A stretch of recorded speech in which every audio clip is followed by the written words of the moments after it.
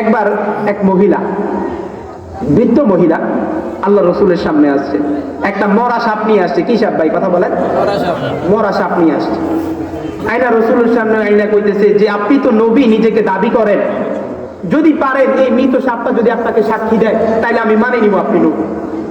এখন সবার সামনে বড় মজলিসে আল্লাহ রসুল জিজ্ঞাসা, রসুল তো কি বলবে না বলবে। আচ্ছা ঠিক আছে, এখন তুমি কি চাও এরকম কিছু? বলে হ্যাঁ আমি চাই। তো বলে গায়ে সাপটাকে বাহির করো। তো গুই সাপ ছিল আর কি, একটা গুই সাপকে বাহির করে দিছে, মরা মৃত। আল্লাহ রসুল গুই সাপের দিকে ইশারা করলেন, ইয়া আইয়ুহাদ দাব, হে গুই সাপ।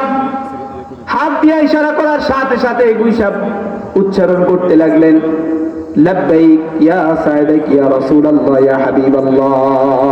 সুবহানাল্লাহ। আমার রাসূল মৃত সাপের নবী, আমার রব মৃত মানুষের রব, তেমনি ভাবে রাসূল মৃত মানুষের নবী। এটাই প্রমাণ করেছেন, রাসূলুল্লাহর সিরাত সুরতের প্রমাণ দিয়েছেন। আল্লাহ তাআলা রাসূলুল্লাহর নবুয়তের কোনো ব্যারিকেড রাখেন নাই। আল্লাহ তাআলা আমাদেরকে রাসূলুল্লাহর আদর্শ অনুযায়ী জীবন গঠন করার তৌফিক দান করেন, বলেন আমিন। করবো তো ইনশাআল্লাহ, করবো তো ইনশাআল্লাহ।